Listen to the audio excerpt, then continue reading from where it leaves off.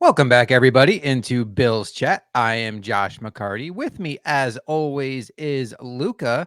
And Luca, it's a little bit different show for us today. We are recording this on Monday morning because you attended the Bills game last night, and we decided we might get a better version of Luca after a night's sleep versus a full day of drinking and watching the Bills. So we're recording this as early as we can Monday morning to get it out to all of our listeners who we appreciate.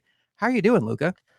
I'm tired, very tired. It was a long weekend, and yesterday was, kind of the cherry on top when it came to a long weekend. But outside of the game, for the most part, it was an enjoyable day. The game definitely made it a little bit of a gray cloud situation, although maybe not as gray as some are feeling it out there. But definitely tired. If you can't tell from my voice, if you can't tell from just my natural demeanor a little bit, we're gonna fight through this one, Josh. But it's a struggle bus this morning. So I think this game is going to be a challenge for how do people accept it, because the Bills, if you don't know, they won 14-9. They are a 4-2 football team. And if your team wins in the NFL, you're supposed to be happy. And I think there's a lot of people out there that probably are. But I'm going to start this show off the way I do all of our shows. And this one's going to be unique because normally I'm like, hey, when Josh Allen took the final kneel down, or when Trevor Lawrence took the final kneel down, what was your reaction? This game legitimately came down to the last play from the 1 yard line to decide who was going to be the winner and who was going to be the loser. So, Luca, when that pass to Darren Waller goes incomplete and you've processed that there wasn't a flag thrown on the field and the Bills are safe and they have won this game, what is going through your mind? I will say this. So it was in the back of the end zone, Josh. All right. Although I think it was the opposite end zone. Maybe it was the same end zone. Memory's a little blurry. But what I will say is this: as Tyrod throws that ball to the back of the end zone to Waller, which was at the end zone that I sat in for whatever it's worth. I was not tunnel side. I was opposite end zone. I actually had Jags Bills 2004 flashbacks. I was like, thank God force out rules not a thing anymore. Because Same I end was zone. yeah, I thought it was because I don't remember the Mhm. tunnel in the shot, but I was sitting somewhere else for that one. But regardless, I was having those flashbacks where I'm like, we're going to lose on the final play of the game, especially when it comes to the PI being called, which, for what it's worth, in the moment, looking back at the Giants scoreboard, the 1,000-inch, screen TV behind me, I was like, that's PI. Like, Mhm. defensive holding or PI, whatever you want to call it. Like, Bernard gets hold of him and does not let go the entirety of the play. Like, it is what it is, people. Like, it's fine. But overall, I'm not going to sit here and complain about that call. And we could probably talk about a couple other ones later on and stuff that are here or there. But when that final thing happens and they don't throw an additional flag, I can understand why Giants fans might be upset, because there is Mhm. definitely a conversation to be had there. But I also understand why the refs may have been very cautious to throw yet another one, because it's like, look, we gave you one off the hook. It's really hard, unless it's egregious, to give you yet another one, especially when you see the receiver's arms both go up to try to attack that ball, which Waller absolutely should. You would see some players out there, I feel like, not go at it to try to get the call instead, which also there's a whole conversation in that, which I hate players and individuals that do that. But overall, when that finally ended, the biggest sigh of relief I feel like I've had in recent time occurred. And I looked over to my wife and I just, we had a nice little kiss, and then it was like, let's get the heck out of here. It's been a long day. And that was an absolute grind of a game. Yeah, it was relief, and it's funny because it was my second sigh of relief. Oh, we finally won the game in the last like 10 minutes of actual time, because when the fourth down play on the Giants' second to last drive goes incomplete and the Bills take over in Giants field goal range, already up by 5, I did have a feeling of, okay, that it's over now. Like the Bills, even if they don't get a first down, they're going to run the ball. They're going to get rid of the Giants timeouts. Tyler Bass is going to do his thing, make the field goal, and the Giants haven't driven down the field all night on the Bills. What are the odds that without a timeout in their pocket, even if they hold the Bills to 3 and out, they're in a minute 20 going to go down, get a touchdown, get a 2-point conversion, and win in overtime? So I felt like the game was over. And then ultimately, the Bills did do the Giants a favor by throwing on third down. I'm okay with that. I will say I felt like with the first and second down runs of Latavius Murray not gaining much, I would rather have a chance to have Josh Allen, my franchise quarterback, close out the game than at that point do what would feel like a give up run and then settling for a long field goal. So I'm okay with that. The play was there. And just to get it out of the way, Luka, I will say you need a better ball from Josh Allen there, but you absolutely need Dawson Knox to make that catch. So I understand people want to say Allen needs to give him a better ball. I don't think it's fair to say, oh, Travis Kelce makes that catch, George Kittle makes that catch, because those guys are in a league of their own. But Dallas Goedert makes that catch. And if that's what we want to believe that Dawson Knox is, he has to start making plays like that for Josh Allen. And it just feels like it's been a little bit too long since we've seen Dawson Knox make a play like that for this team. Yeah, the whole night it did feel as if Dawson Knox's role, I don't think was for the most part the usual role. It felt like it was kind of in flashes happening, but then in other times they were almost, I don't know what's going on with his wrist. I don't think many of us do, but I wondered if that played into it. And then depending on what it was, and we can talk about Tyler Bass and his situation, there were a couple individuals tonight that they just didn't quite have their normal juice, that it was like, I wondered what the, wrist situation was like. And I'm not trying to give an excuse. I am 100,000% with you. I would like to see a better ball. I even immediately after seeing it, although I'm not trying to let Knox off the hook, I told my friends, I was like, Josh Allen puts a better ball on that one 9 out of 10 times. It was so, but it also, I will say this, it just fit for how the night had gone. No one wants to see it, but it just fit. It was like, that needs to be a better ball, but Knox needs to make that catch in the end. I'm with you 100%, but I do wonder for Knox's sake what that wrist situation is like, because even the few catches that he did make, I believe he finished with 3 on 6 targets. They were not exactly the most comfortable looking things. And it's just, maybe there's something in there that you can kind of give him a little bit of an asterisk for it. But overall, if it hits your hands, if the ball is in your frame, you should be catching that ball, even if it's low and away, whatever you want to call it, which, yes, Josh Allen should make. But overall, it's not one person's fault. It's kind of the collective unit in the play's fault. But again, too, just to finish that point, I'm with you. I wanted to see them throw that ball. You have to live with that. You need to try to pick up that first down, and running it, especially with what you saw the previous 2 plays, was probably most likely never going to see that come to fruition. So do something with your franchise quarterback that should hopefully see that come true. And unfortunately for their sake, it did not. So it came down to the wire like it did. I promise we're not going to just focus on the negative tonight. It's not lost on us that the Bills won a football game on a weekend that had a bunch of strange results. And at the end of the day, it just matters about getting the win and not how pretty it is.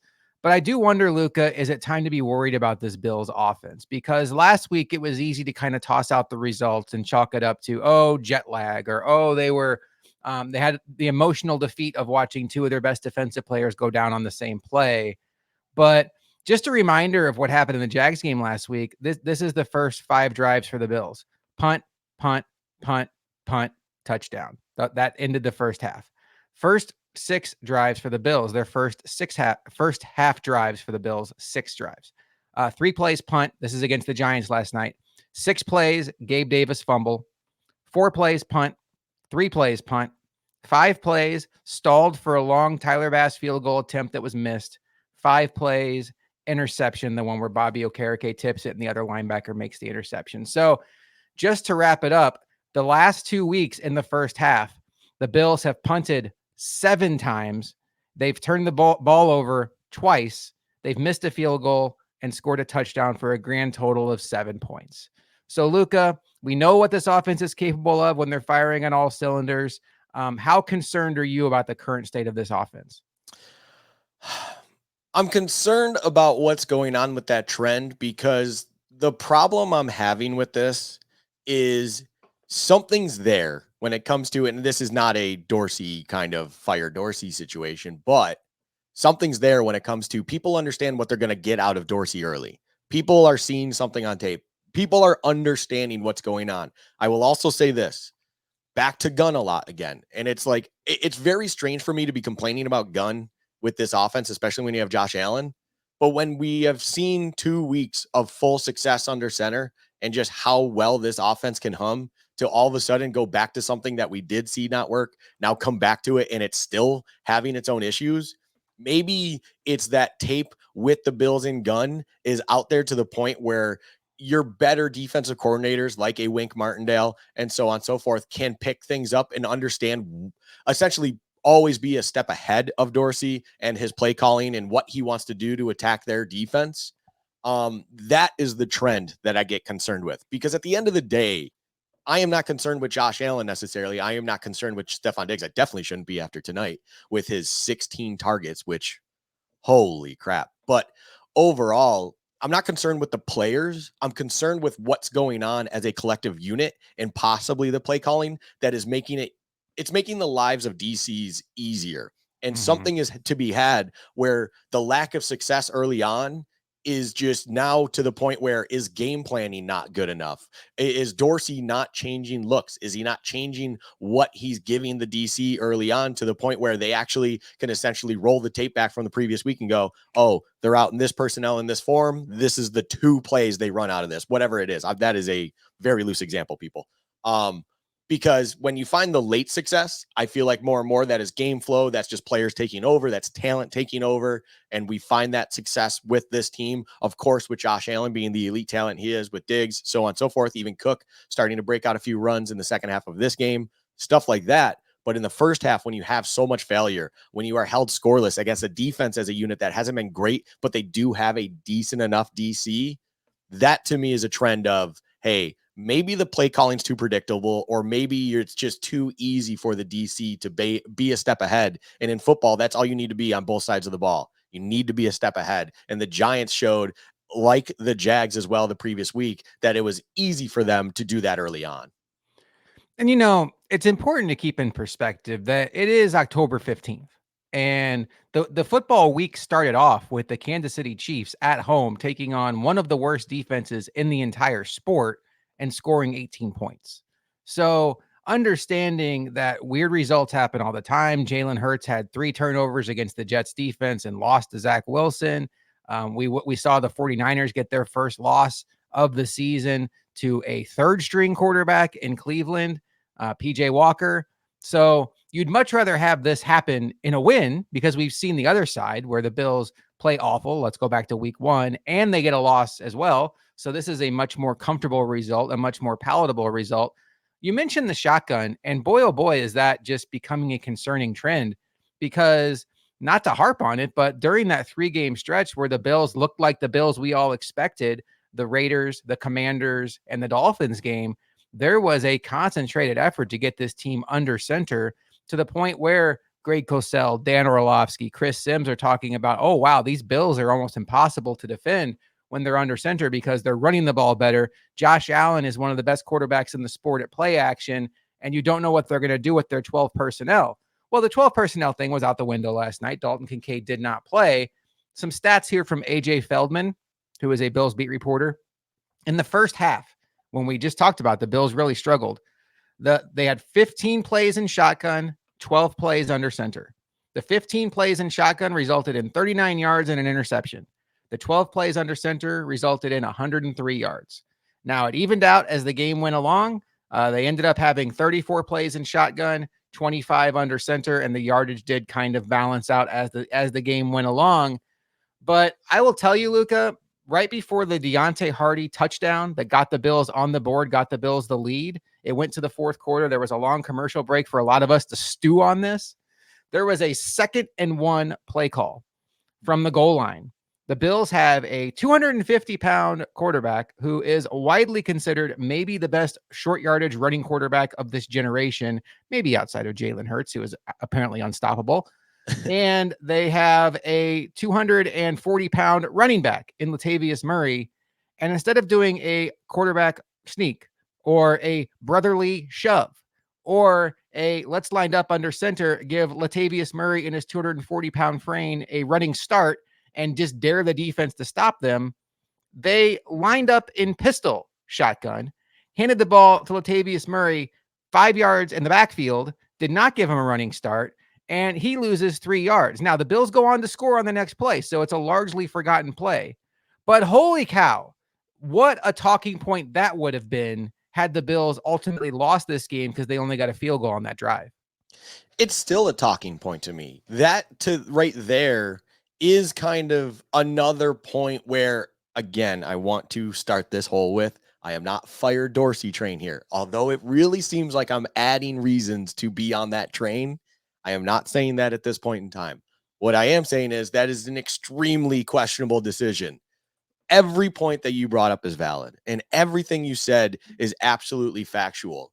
Why you decide to then do something where the process of a handoff is quite literally maybe the most slowest developing run you could possibly do, other than being lined up, because if I recall correctly, mine's a little fuzzy this morning, but it was more like a pistol gun. It was not a true shotgun. Mm-hmm. So you do at least have the runner going slightly downhill on the handoff on the exchange, rather than in true gun where they're lined up to your side.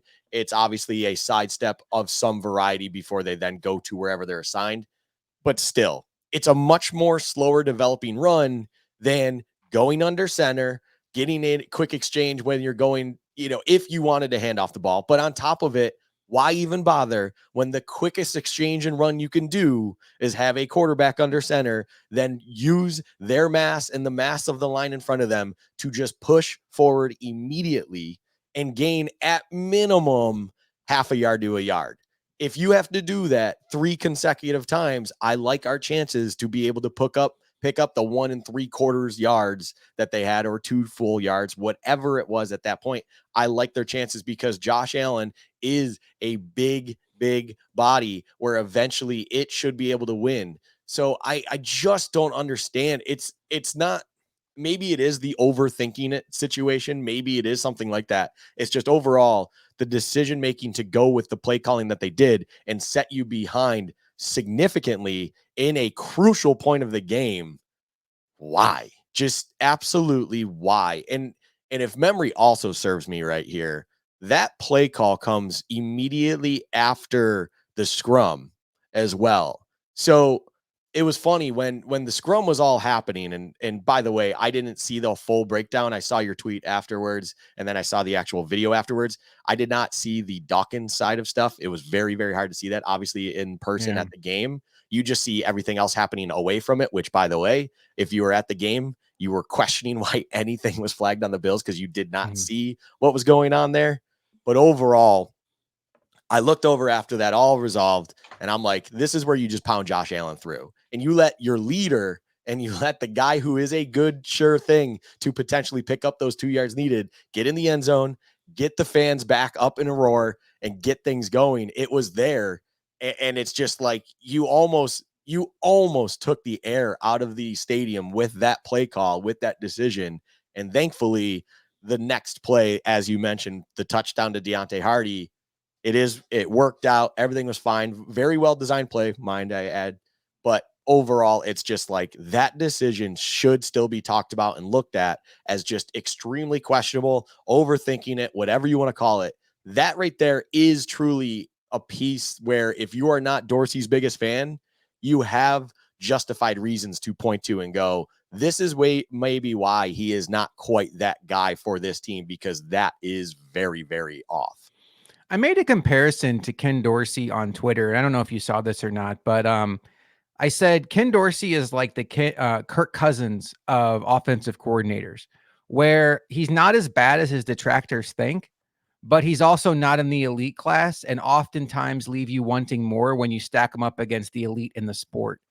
And I will say, Luca, just to keep it as basic as possible, you don't have to watch long when you're watching a Miami Dolphins game or a Philadelphia Eagles game or a 49ers game to just see a layup, a throw where you're just asking yourself, how did this receiver get so wide open? It was just a simple pitch and catch, and they have 15 yards of space. Now, I understand some of those teams I just mentioned have outstanding weapons, better weapons than the Bills have, quite honestly.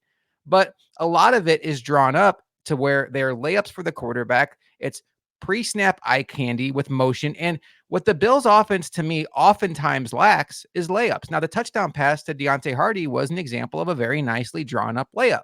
They had some confusion on where Diggs was motioning, got 2 guys drawn away. Hardy just walks into the end zone. You love to see it. But oftentimes, to oversimplify this, it just feels like this offense doesn't have those easy button plays. And that's where, okay, now we have Dexter Lawrence pushing through the line. Josh Allen has to scramble around, avoid 3 people, throw it downfield to Dawson Knox. And that's where it's like, okay, that was 10 points or 10 yards. But boy, that 10 yards felt a lot different than watching Tua drop back 2 seconds later, dump it over to Waddle, and Waddle just falls down 10 yards. It all counts the same in the stat sheet, but man, this is one of those, and I hate this term because I feel like that's where the analytical crowd will get on you. The eye test tells you these are not the same. Yeah, you know what's funny? I don't even know if this is where your head was truly at with this conversation, but there's actually a moment to me sitting in the stadium, or I guess a stretch of time, I'll call it, and I'll get into that shortly, where I think it fits this point very, very well. And I made a comment to my friends because it was very noticeable. And at one point, the Giants ran the same play 3 times in a row with pre snap motion. What I even dug into it further or looked into it further was it came literally the drive after the Bills were also doing a lot of under center pre snap motion to success. But the pre-snap motion almost didn't feel natural. It didn't look like it was actually appropriate for the play call. It was quite literally just a separate part of a play that wasn't by design or anything to create something. And it was almost like the drive after Dayball was almost taunting Dorsey and just essentially going, you think you learned that right from me, but let me show how you're really supposed to do it.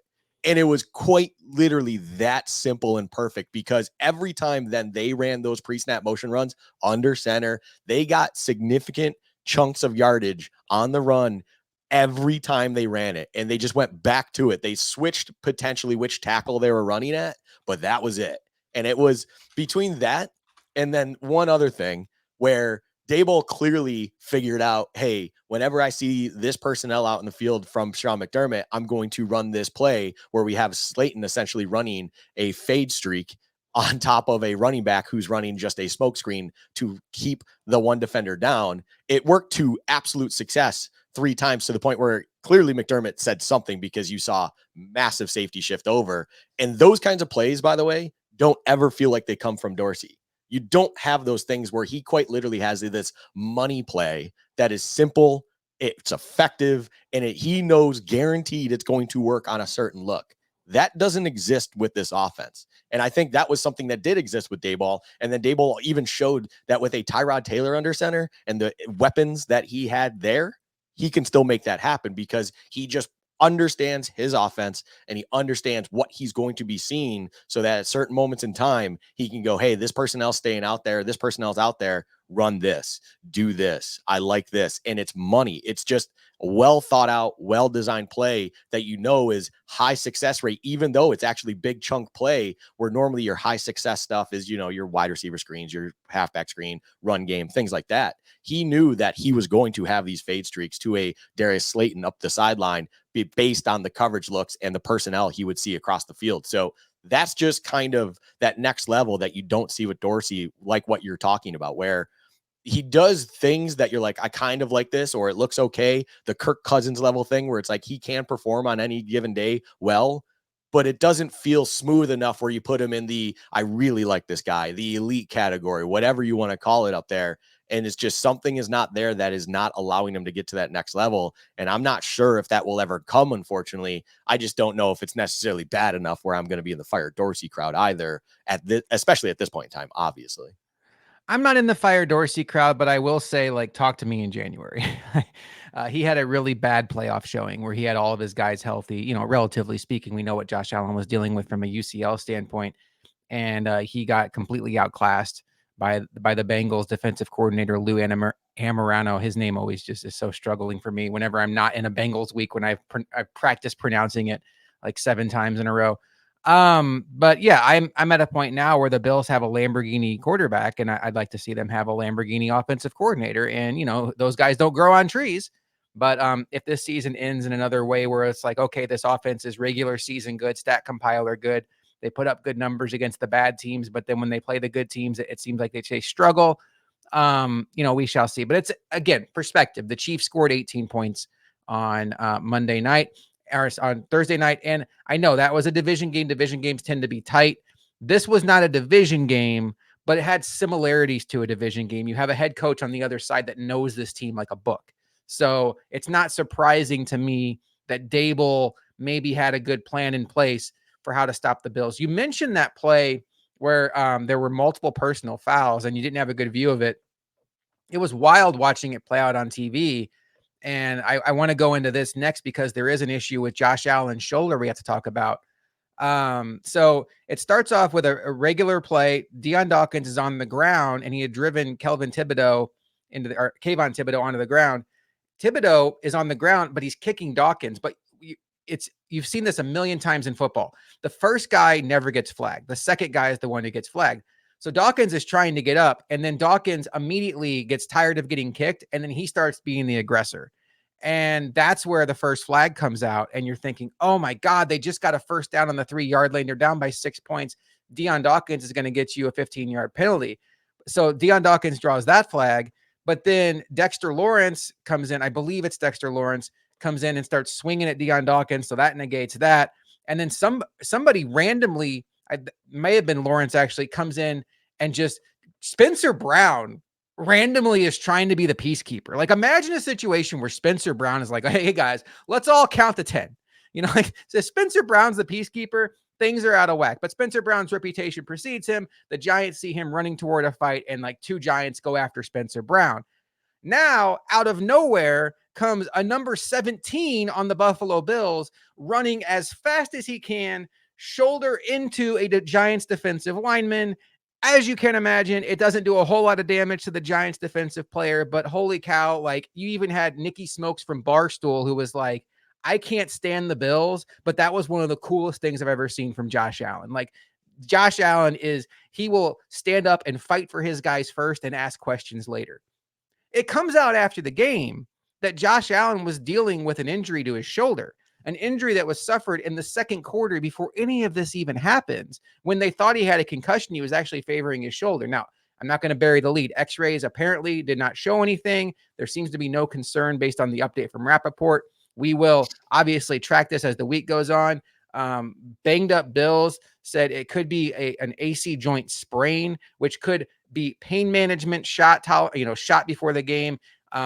Something that we've seen Derek Carr play with the last couple of weeks. You just have to hope that I think Josh Allen finished a game in 2020 against the Raiders in Vegas with this same injury. It could limit him a little bit, but he should be able to play through it as long as it's not worse. But then you go back and think about that scenario I just laid out for you. Josh Allen has a sore shoulder, and he's throwing his shoulder into a defensive lineman.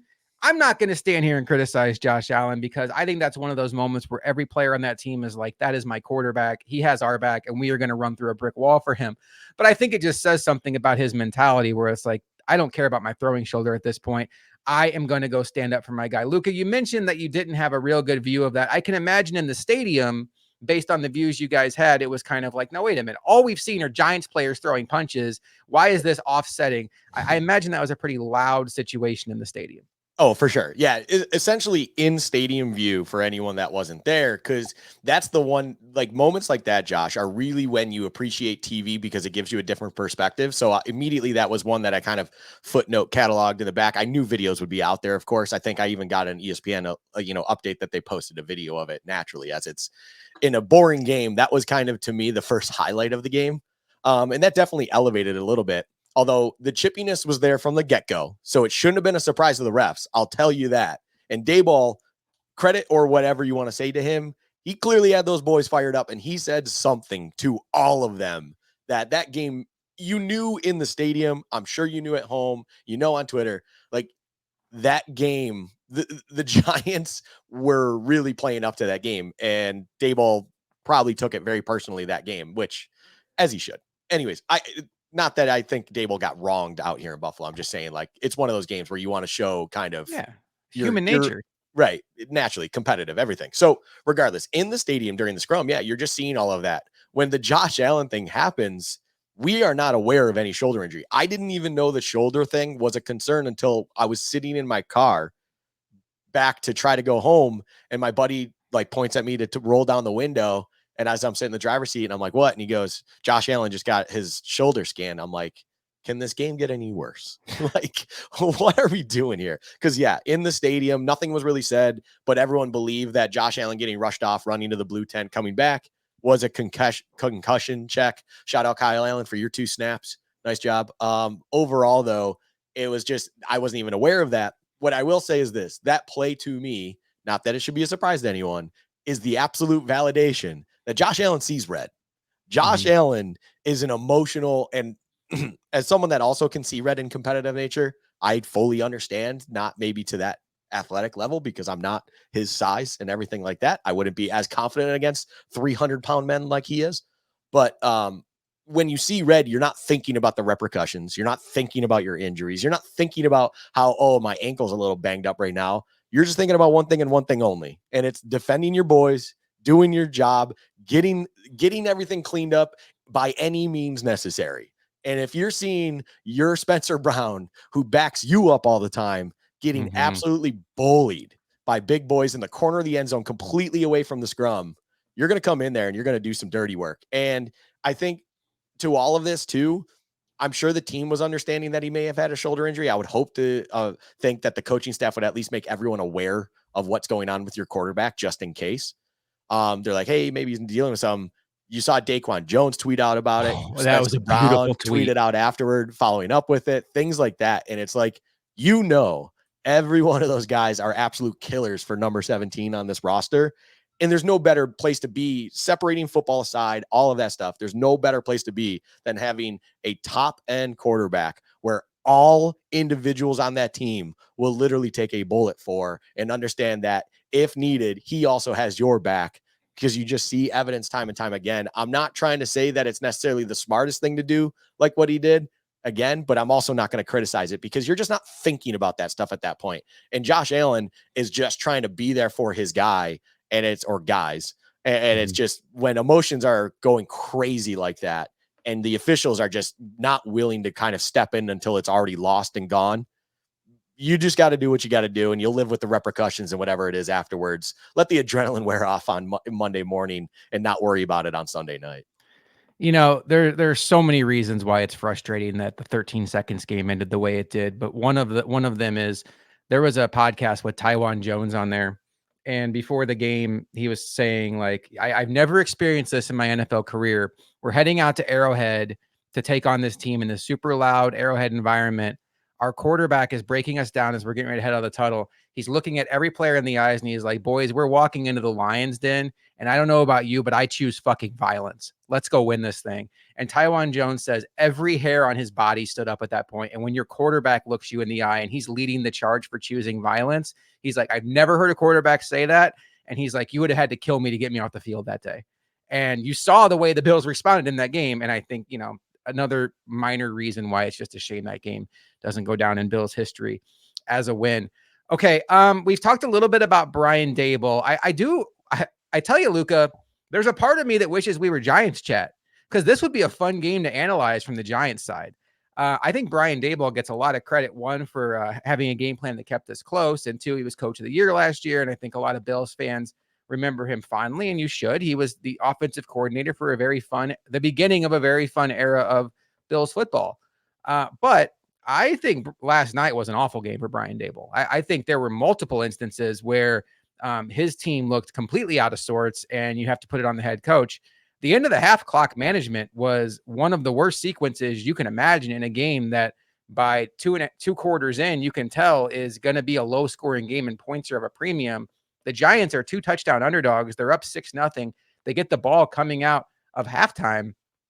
Kyer Elam gets the pass interference in the end zone, which I'm going to time out on that and say, I don't hate that play by Kyer Elam in theory, because he's holding. The Giants have the ball, I think, at the 15-yard line. They're running out of time. They don't have timeouts. At that situation, you don't mind your defensive back holding, because you will trade 5 yards for guaranteeing the play doesn't go in their favor, because at that point, a 5-yard penalty doesn't hurt you. Where Kyer Elam screwed up is he held on for like a split second too long. The ball was released by Tyrod Taylor. It goes from holding to pass interference, and now instead of being a 5-yard, you're playing from the 10-yard line, it's on the 1-yard line, and now they're like at point blank range, and they're probably going to score a touchdown. So I don't mind the play in theory by Elam, but he has to execute it better, and that has been the story of his career thus far in the NFL. But I don't want to run that back too much. The Giants have the ball at the 1-yard line. There's 12 seconds left, and at that point in time, you can get off 2 plays as long as you're passing, as long as the clock's not running. And Tyrod Taylor checks to a run, and Saquon Barkley gets stuffed, and they have no shot to get any points, and they just cost themselves points. Now, to Brian Daboll's credit, he made it pretty clear to both the sideline reporter, I believe it's Melissa Stark, and the New York media after the game of like, no, I called a pass. Tyrod Taylor checked to it, which questionable decision by Brian Dable to throw his quarterback under the bus like that, but it is what it is. I get it. And just the all around lack of communication there by the Giants in that spot to cost themselves points was mind numbing. It was great from our standpoint because it was like, wow, the Bills just dodged a bullet. It reminded me last week of Jacksonville when the Bills get that strip sack fumble by AJ Epinesa on Lawrence at the end of the half. It kind of felt like a mulligan for the Bills. Then you fast forward to the third quarter, and this was the most egregious play by Brian Dable. The Giants have a 4th and inches at the Bills 11. The Bills have already taken the lead at 7-6. But on this drive, when you're thinking, okay, the Bills take the lead, we're going to reset. We got this game. The Giants are terrible. We're going to remind them who their daddy is. Saquon Barkley comes out, rushes for 19 yards. Then he rushes for 37 yards. Then he rushes for 7 yards. It's all on the same exact trap run play. I think Luka referenced this earlier, where it's the same exact play, and they are just daring the Bills to stop it. And now you get to 4th and inches on the 11-yard line. You're a 1-4 football team. You're a 14-point underdog, and you're down by 1 point. And you just saw Josh Allen wake up and go down the field on your offense. And at that point, I think you have to assume that the Bills offense are going to get more points today. And Brian Daboll elects to kick the field goal on 4th and inches, despite the fact that his running back and running game is cooking, and despite the fact that the Bills offense looked like it had woken up. Ultimately, they end up losing the game by 5. But, more points there. They're in field goal range. They don't need the touchdown at the end. It's just all around. I thought it was a bad look for Brian Dable, and I thought he absolutely turtled in a spot that was just begging for him to be aggressive. Yeah. I'll start with the latter first. Yeah. The pre-motion jet sweep trap run that they absolutely diced us with were quite literally the same calls that Dorsey was trying to do on the previous drive with the Bills, but where Dable did have a nice design where that motion truly was designed to shift linebackers to different assignments and shift coverage a different way to then work for the run. The only reason that there was some sort of success with Dorsey's was because James Cook bounced one outside and things of that nature was happening. It was like, it wasn't because the play design and the run was actually very well designed. It was actually just because you had a superior athlete that found, luckily, a decent lane to go elsewhere. The not going for it and kicking the field goal, mind blowing. Sitting there and seeing that, I was stunned. I'm like, no way. When you are seeing Saquon Barkley legitimately gash up the Bills defense at that point in time, where I was like, this game's old. Like, that was the moment where my head's going, the strength of this offense, the strength of this team is starting to show, and we are getting gashed on the ground. And now they're at a 4th and inches where, I mean, crap, just run a basic power run play. And I'm assuming the way things were going, they were going to pick up those inches that they needed. Daboll definitely turtled in that moment. What I will say is this. This is a weird thing to say because I'm normally with you on this point. I love Daboll throwing Tyrod Taylor under the bus because Really?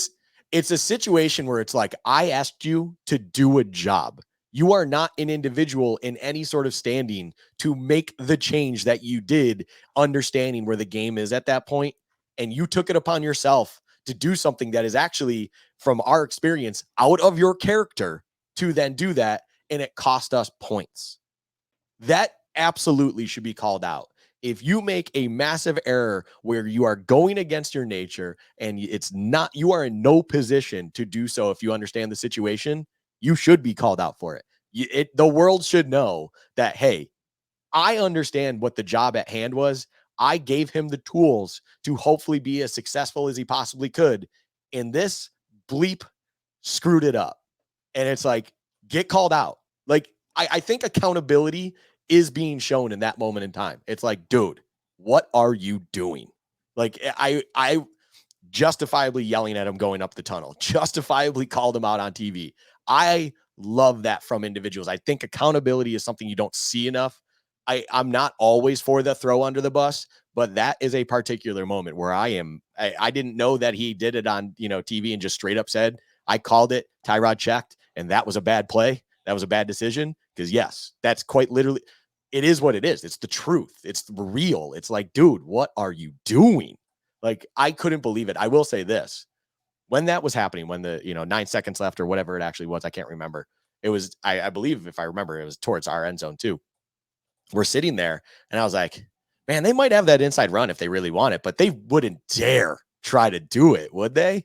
Because we were playing kind of a wide split on the interior line for being in the at the point of field that we were. And I was like, I wonder, I don't know if they will, but I'm very curious. And then they actually, like, we know, of course, Tyrod checks to it. They do it. We luckily make a play, stuff them. And yeah, there's no chance of you getting a spike on that situation to get a field goal. And it was incredible to me that Tyrod had the nuts to do that. But at the same time, bud, know your job, know who you are, understand your limitations. You've done it your entire career. This is not the moment to do that. I don't know what was going on in his head, but I think that was a massive turning point in this game, even though it was still only 6-0, where maybe that finally that was the first step. I'm assuming there was a halftime talk, Josh, obviously, where that was kind of the slap of reality to the Bills and just like, hey, we just got off the hook massively here. Let's turn that into some success moving forward. Yep, they absolutely did get let off the hook massively, and I understand people that say, "Oh, it's Saquon Barkley," but it's all about risk reward. If there's 1 second left and you're electing to go for it, then do what you want. Like Saquon Barkley is probably your best play at that point. In fact, you could actually draw a direct comparison to the last play of the game. If they would have handed it to Saquon Barkley and gotten stuffed, then you're just like, oh, well, they took their shot with Saquon Barkley. There's no play to be had after that. It's not the fact that the play didn't work. It's the fact that the play didn't work and it cost you 2 other shots at the end zone that made that play so egregious. A couple more things I want to get into quickly, Luka, before we get into our game balls and game checks. YOLO Josh Allen. That's a guy that, we've been hearing a lot about since the Jets game. Is we're trying to coach this out of him. We don't want him to feel like he has to do everything on his own. Don't make those unnecessary throws. I think there is a very real chance that the Bills lose this game if YOLO Josh Allen doesn't show up. That touchdown pass to Quentin Morris was one of the more special plays you'll ever see at the quarterback position. I've watched so many replays of that, knowing it's going to be a touchdown and still fearing it's going to be picked off. The window he put that through is insane. The fact that he did it with a sore shoulder is insane. And the fact that he threw it to Quentin Morris in that situation is insane. And it worked, and the Bills scored, and the Bills are winners today. And my thing about that is I don't want him to stay hidden for so long. I think YOLO Josh Allen, Chris Collinsworth said this on the broadcast last night multiple times. And the first time he said it, it kind of annoyed me because it felt like a shot at Josh Allen. But the more I processed it, the more I started to agree with it. There was a play. It was a play where the Giants rush got through. Allen scrambles around and he finds Diggs downfield.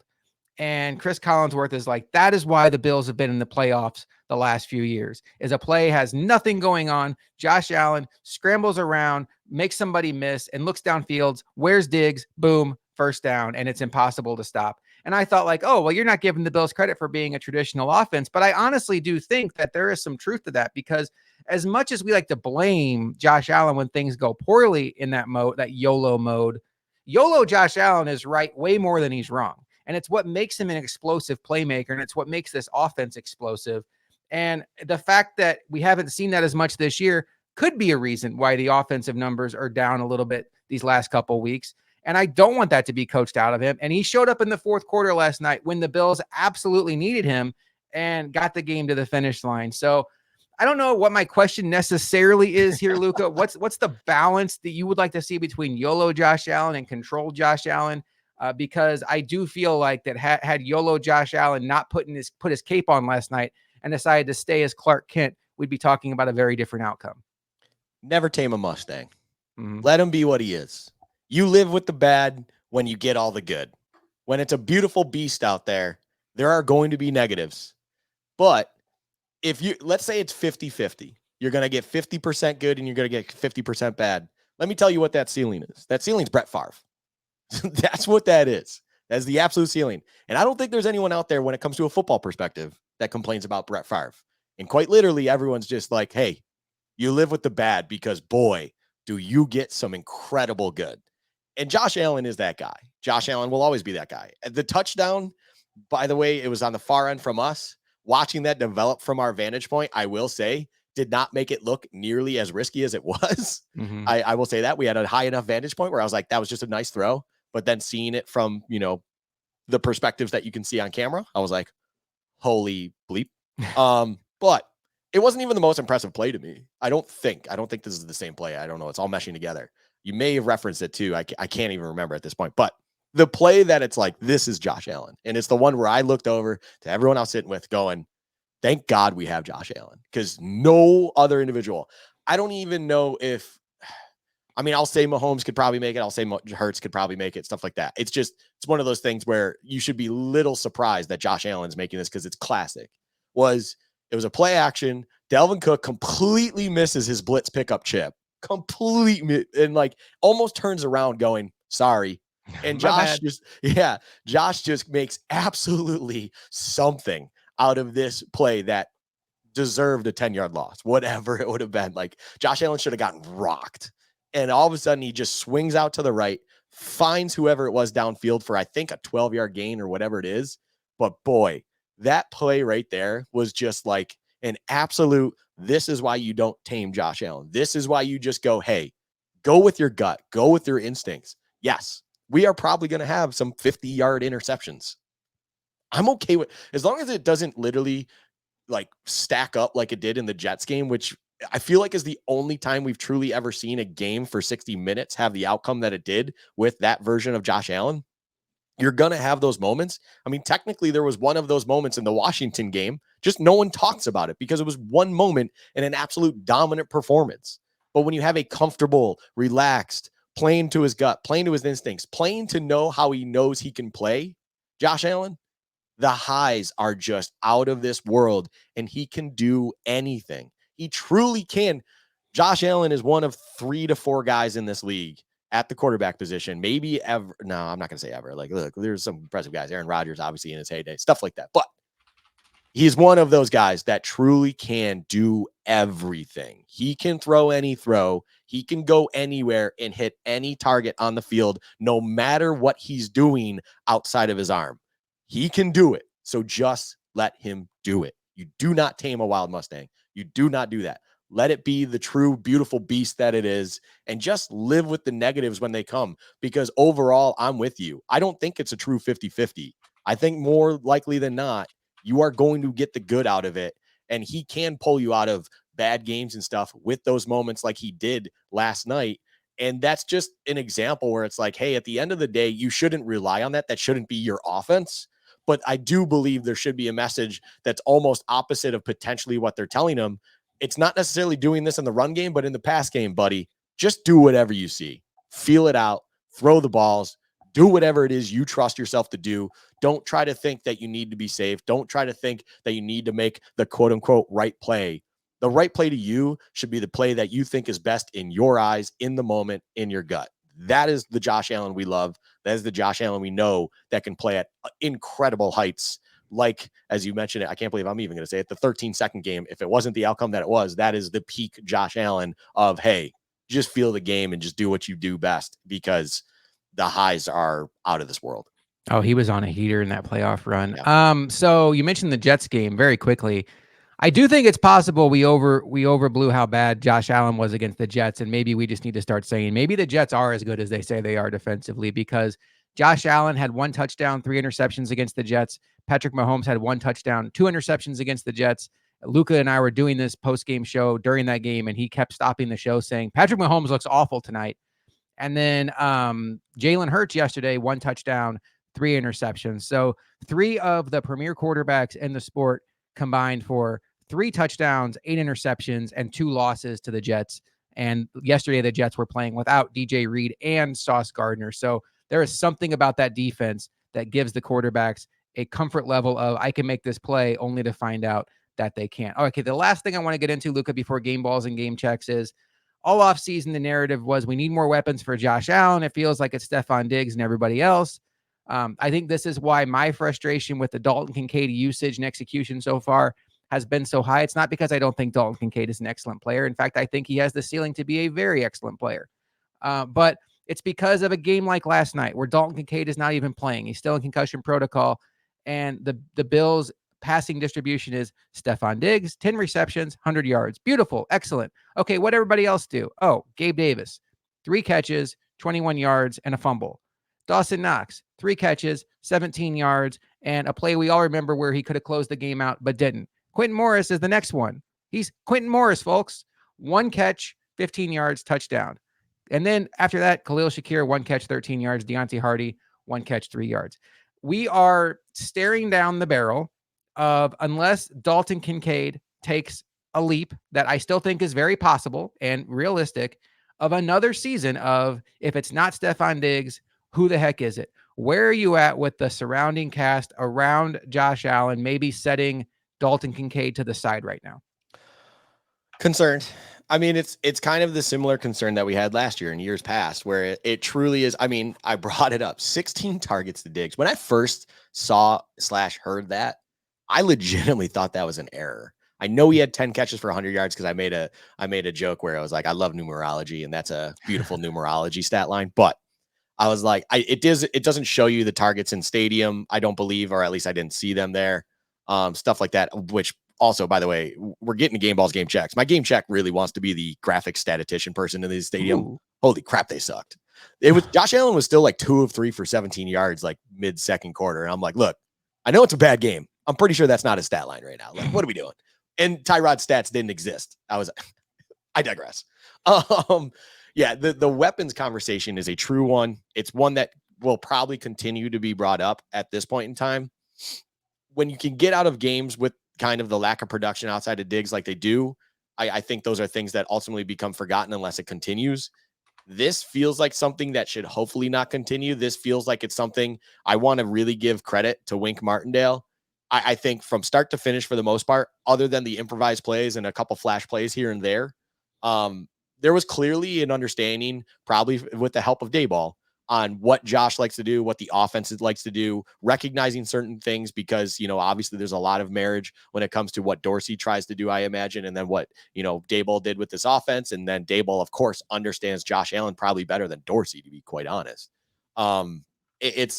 There was a clear understanding that, hey, Wink, let's not actually send the house 80% of the time, but let's show it 80% of the time. Let's make them really have to make that second choice decision, make them think twice about it, whatever it is. And then that could probably help us stay on the front foot, because maybe they will be a little bit more conservative with their play calling, which will then feed into their hands if you're not actually sending 7 or 6 or whatever it actually is on a blitz situation. And I do believe that truly is what we saw for the majority of that game last night. Wink was showing and disguising blitz a lot. Dorsey was seeing this because it's understandable, because that's what Wink does. That's his calling card. Calling more conservative plays because you imagine space and opportunities will be there as long as you can get the ball out quick. But then the space and plays are not actually there due to the coverage being more present out there. You have Diggs doubled up a lot more, although even then Diggs did get wide open and Josh Allen then missed those opportunities, which that one, man, you got to hit that ball, Josh. Mm-hmm. Sorry. Holy mackerel. Like that's one. I don't know if they saw, if it happened on TV or if it happened in stadium. I don't believe it did, because I don't think it's actually a narrative, but that's one where I imagine there was one camera staring at the sideline, looking at Diggs and Allen going, please blow up. We need this. Like, I don't know if that the worst way. Yeah.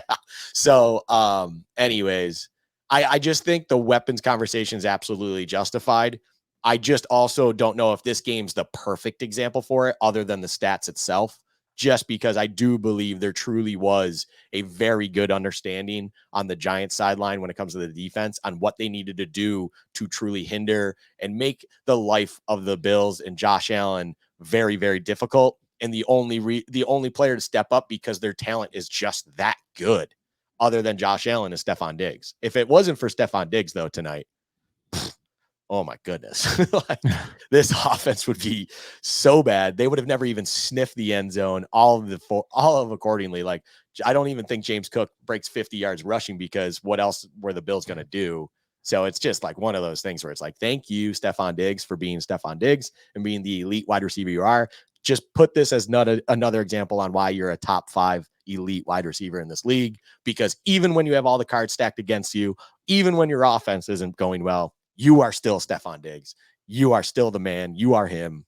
Props to you, man. Like, thank God you were there. So I do think the weapons thing, I think Kincaid can still step up. I do believe that, Knox, I'll give him the asterisk of potentially the risk. Quentin Morris, to all his credit, does what he can with that. He's there for Josh, and he catches the one target that he needed to in a very crucial situation when you can at least have depth guys who are not normally in those positions still come up big.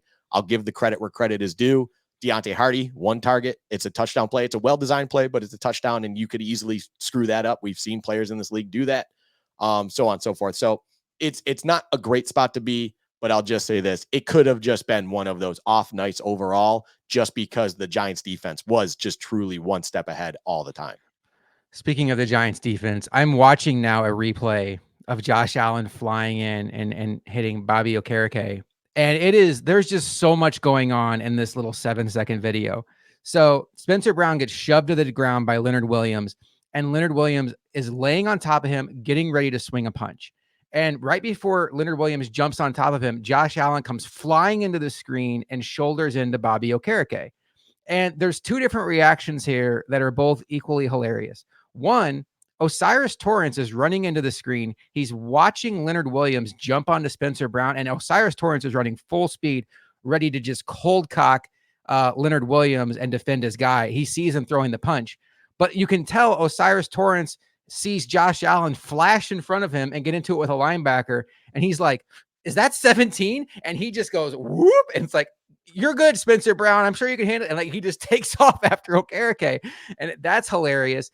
And Okereke's reaction is actually equally hilarious because Josh Allen shoulders him. He has no idea who it is. It's a player in red. He grabs him like he's getting ready to fight him, and he's like, "You're the quarterback." And he just is like, we're good. Like, I'm not going to fight Josh Allen. We're good. That's how you get ejected. Yeah, there's probably a level of respect on him. He's like, "Oh, okay, respect, buddy." Like they just stood there. The whole thing is hilarious. Good for Josh Allen. Good for Osiris Torrance. I'm sure Spencer Brown was even like, "No, go save Josh Allen." But what you love to see all around. All right, Luka. Defense played well. Only gave up 9 points. Didn't let the other team in the end zone. Again, was not the highest quality of opponent. They were playing without Andrew Thomas. They lost their backup left tackle early in the game. They were playing without their starting center. They had Justin Pugh, who they picked up off the street to play guard for them, playing left tackle for much of the game. Wow. They had a backup quarterback in the game, but I do think it could even be another week before how good this defense is really known, because New England is not a high-quality opponent either coming up next week. We shall see. But so far, they have passed the test without Matt Milano and Daquan Jones, even dating back to how they played last week against Jacksonville after those guys had left. Let's talk about game balls and game checks. This is our favorite segment of the week. Game ball is the team MVP. Game check is the player that should hand in his game check for his poor performance against the New York Giants. Luka, I will turn it over to you. Who gets your game ball for their performance in the 14-9 victory? My bad. No, It's interesting because during the game, obviously, I just naturally think about this because it's a thing we do weekly. And I was like, man, there are actually a few guys that stood out a little bit. Real quick, you did talk about defense. I do want to say this as well. In the crunch time, in the seconds left in the game, seeing Leonard Floyd and Kingsley Jonathan out there in key edge positions and stuff like that was odd, to say the least, and really didn't understand it. And then all of a sudden it got to the penalty, untimed down, whatever you want to call it. And then they go Shaq Lawson, Gregory Rousseau, just to kind of contain those edges. But it's like, hey, let's just have them out there when they're on the 10 too, because I don't mind Shaq Lawson and Gregory Rousseau out there, Kingsley Jonathan. If you want Leonard Floyd out there at that time, that's fine. So go Rousseau and Floyd. Like, what? I don't understand that. Regardless, back to game checks and game balls. My game ball situation was an interesting one because I think there was a lot of talk about a few guys and stuff like that. And I thought there would be a better stat line to really back this up too. And it almost questioned it a little bit. I would love to go Diggs and stuff like that. But at the end of the day, I think credit more needs to be due to the Bills defense on this game. I think overall, even though it's not, a great opponent when it comes to talent wise, it's Tyrod Taylor, as you mentioned, a lot of offensive line injury situation going on. The weapons that the Giants have, they're okay at best outside of Saquon Barkley. Leave a lot to be desired. It's not an elite offense that they shut down, but still they did the job that they did. They never allowed this opponent in the end zone, which in the NFL, that is always impressive, to not allow an opposing offense in the end zone for 60 minutes. Doesn't matter who you're playing. So at the end of the day, Like there were a few guys on the defensive side that I definitely wanted to give credit to. And I think a lot of individuals might think I'm going one way, but there's conversation about another guy. And Dorian Williams, to me, is the game ball. Like stepping up, this is your first big time look. You're starting in that Matt Milano role. And was he perfect? No. Do I need him to be perfect? Or can I at least be reasonable with him, understanding the situation he finds himself in? No, I don't need him perfect. I just need him to be there and be effective, not be useless, not be the Terrell Bernard we saw in the Jets game last year, where it's like, oh my God, this guy's a liability out there. Just give me something else. Which, by the way, Terrell Bernard, props to you, dude. Like you are really figuring it out and you are really working out. Thank you for making both of us eat our words from earlier this season. Or this year, I should say, since it was preseason. Dorian Williams, though, I want to give him the game ball. I think he deserves it. He was flying out there. He made a couple crucial tackles as he did, stuff like that. He is definitely someone where I am seeing what I liked a little bit about him. And then also on top of it, I see why they did pull the trigger on him in the third round. And it's kind of like one of those things. He is still very rough around the edges. There is a lot that he can still work on, but at least he's not playing cautious. He's not playing like the game is too fast for him. He's almost too fast, which you're a young, hungry player like him. I'm okay with that. I will let you fly around like a crazy bullet in this, in the linebacker core. And hey, if you whiff on a tackle here or there, if you miss because you overcommitted, you saw it too quick, that's fine. If you're not seeing it quick enough, that's where I have problems. That is not the case. I thought he did a great job that last night. So overall, my game ball goes to Dorian Williams. I like it. I think he passed the test. I was very happy to see that he got the majority of the work in the Matt Milano role. I was worried that they would go to their old reliable and Tyrell Dotson. And I think at this point in time, we have to give the Bills credit. They are, whether it's because it's earned or whether it's because they just want to see the opportunity, they are going with youth. They went with Benford over Dane Jackson to start the year. They went with Osiris Torrance over Ryan Bates. And now they're going with Dorian Williams over Tyrell Dodson after going with Terrell Bernard over Tyrell Dodson. In almost every situation, they have been proven to be correct. I thought Dorian Williams, his speed absolutely pops. His athleticism is great. I think he maybe was one of the guys on that drive where Saquon had a couple big runs. He'd like to have that drive back. But like Luka said, it wasn't a perfect game. But we don't need him to be perfect. And every snap he gets is so valuable. I thought Chris Collinsworth, again, last night was like, this Bills defense is good right now, but come January, when you have, 40, 50 snaps a week for Dorian Williams and Terrell Bernard working together, this defense has a chance to be really, really special. I'm going to go with his running mate, Terrell Bernard. I thought Terrell Bernard, for the first week, without having, one, his running mate, Matt Milano, two, his personal protector in Daquan Jones, who keeps the linebackers clean, I thought he was absolutely special last night. First of all, I love how demonstrative he is pre-snap. He is telling guys where to go. And look, that I know it's an eye roll. What middle linebacker doesn't do that? But that is not any regular huddle. There's Jordan Poyer and Micah Hyde out there. You have Jordan Phillips, Ed Oliver, and Von Miller out there. And Terrell Bernard, who is a first-year starter, a second-year player, is being demonstrative. He's being assertive. He's saying, no, you go here, you go here. And there were multiple times, Luka, that he walked over to Dorian Williams and said, I need you to go another yard out, shoved him into position. It wasn't egregious, but it was I know where you're supposed to be. He understood he had a rookie next to him and he needed to make sure he was where he was supposed to be. I love the command. And then that first drive the Giants had after the drive with the big Saquon runs, he just blew up the first attempt in the backfield. I love everything I'm seeing out of Terrell Bernard, and I am super excited to have been wrong on that pick. All right, Luka, with the good, we got to have some bad. Luckily, unlike a lot of Bills wins, there is quite a bit to choose from here. Who gets your game check for this victory over the Giants? So to me, this pick is easy. I don't know. I'll just start this way. The way I'm going to talk before I lead into this, it might sound like, because of things I've said earlier, this is going to be Dawson Knox. This is not Dawson Knox. I don't know what was going on before the game. I don't know what was going on during the game, but there was clearly something off with this individual. There was clearly something off with this individual to the point where I don't know how much Sean McDermott even trusted them, or anyone trusted them, to the point where they could do their job to the standard and expectations that we have of them week in, week out.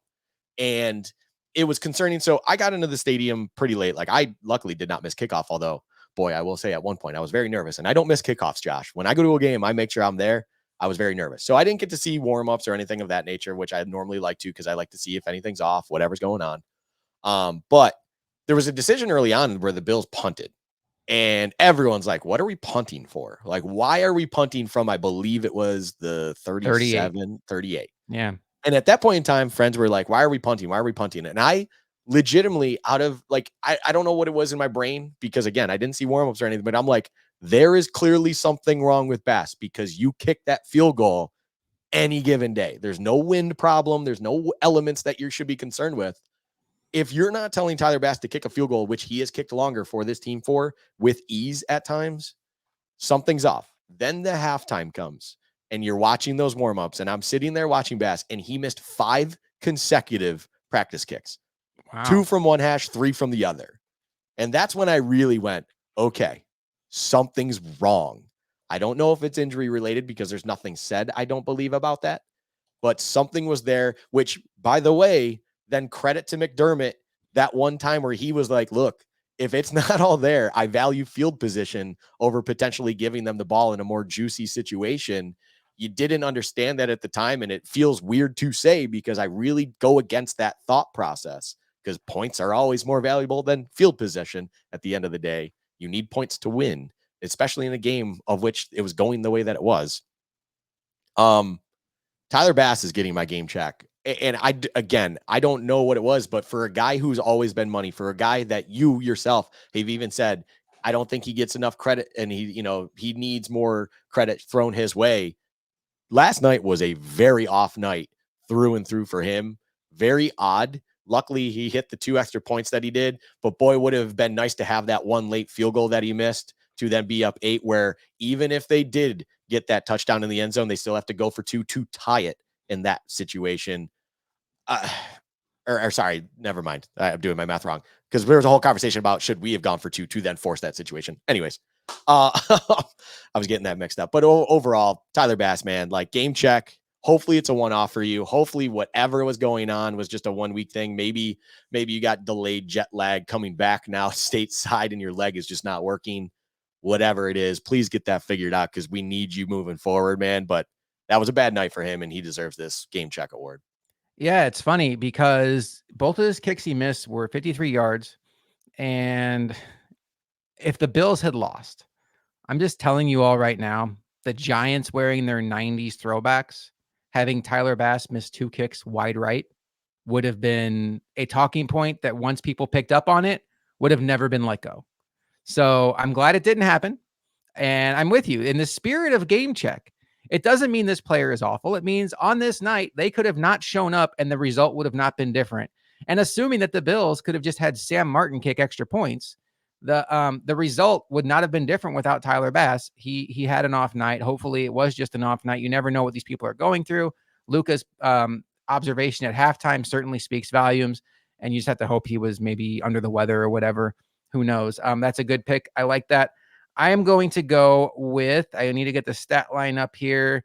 I'm going to go with Gabe Davis. And look, I'm not trying to pile on. I think you could easily go Dawson Knox, but I'm going to give him the benefit of the doubt because when he and Josh Allen were at the Sabres game, you could see he had the brace on his hand.